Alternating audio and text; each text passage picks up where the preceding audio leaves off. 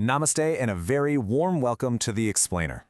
Today, we're unpacking something literally every single one of us carries around on a daily basis, and that is stress. Now, you might be wondering, why am I so stressed? Usually when we feel completely overwhelmed, we're super quick to blame our demanding jobs, maybe a lack of money, or our relationships. But today, we're going to look much deeper.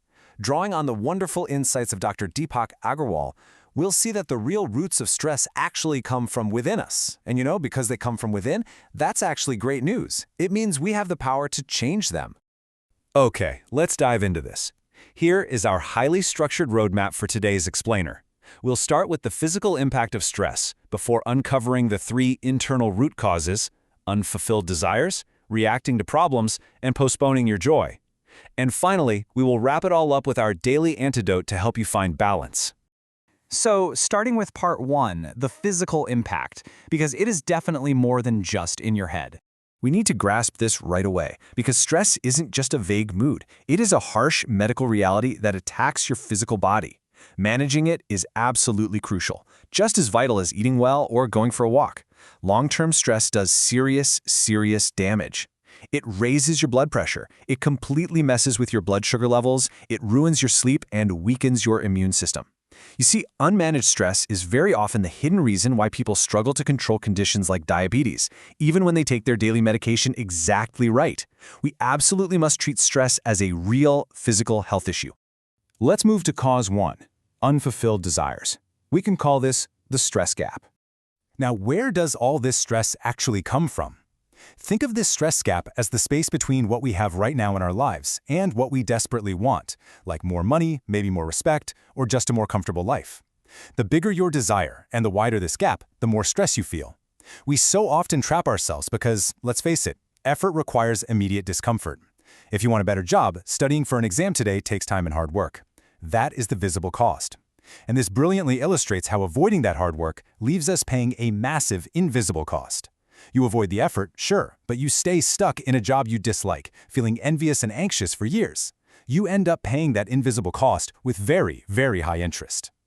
Another reason we avoid trying is simply to protect our ego. We tell ourselves, oh, I could have succeeded if I actually tried. But my friends, this is a trap. It guarantees you never get what you want, and it keeps that stress gap wide open. We have to accept failure. As Winston Churchill famously noted, success isn't final and failure isn't fatal. It's the courage to keep going that counts. Embracing the fact that you might fail actually gives you the courage to finally try and to close that gap. So how do we actually close this stress gap? Well, the steps are surprisingly simple. First, set clear goals. Living without goals is kind of like flying an airplane without a landing strip. Next, work hard. Effort is the only bridge between a wish and reality. Accept failure as just part of the process. And please, stop comparing yourself to others. Endless comparison just makes your desires endless. Comparing yourself today only to who you were yesterday is a far better approach. Celebrate your small wins. And lastly, don't make money your only goal, because material goals just keep moving further away. Which brings us to cause two, reacting to problems. This is the crucial choice. The brilliant researcher Hans Selye figured out that it isn't actually the difficult event itself that harms us, but how we choose to react to it. Ask yourself this really simple, relatable question. How do you react to a massive traffic jam? We have all been stuck in one. While you think about your answer, I'd love to ask you to take one tiny action that you can control right now. Please just hit that like and subscribe button. It is a simple choice, but it really helps us keep growing and bringing you more clear, simple knowledge right here on The Explainer. Thank you so much. Okay, back to our traffic jam. Let's look at two people in the exact same traffic. Driver A screams at the steering wheel. He gets super angry and his blood pressure goes through the roof. But driver B is different. Driver B accepts that the traffic is totally out of his control. He turns on a great audio explainer and he calmly calls his boss to say he'll be late. The situation is exactly identical for both drivers, but the internal stress level is entirely different, based purely on their chosen reaction. So the crucial point is really captured in this ancient wisdom from the Bhagavad Gita. Focus entirely on your actions, but let go of your attachment to the final result. Most of our reactive stress comes from trying to control things we simply cannot control. Having faith, whether that's in God, a higher power, or just a solid personal philosophy, gives your mind a stable anchor. It doesn't magically erase the problem, no, but it keeps you calm and grounded. Here are 3 highly practical, simple steps to manage those reactions when things inevitably go wrong. Number 1, pause before reacting. Just take a few slow, deep breaths to break that sudden cycle of panic or anger. Number 2, name your feeling. By literally labeling the emotion, you can observe it instead of being completely swept away by it. And number 3, focus only on what you can control. Ask yourself what part of this problem you can actually fix right this second and put all your energy there. Moving right along to cause 3, postponing your joy. I call this the waiting game. This is the third root cause of our stress, and it's something we are all guilty of. It's our habit of constantly waiting for a promotion or waiting to pay off a bank loan before we finally allow ourselves to be happy. We are always waiting for the perfect moment to relax. But my friends, life rarely gives you a giant sign that says, okay, now you may enjoy.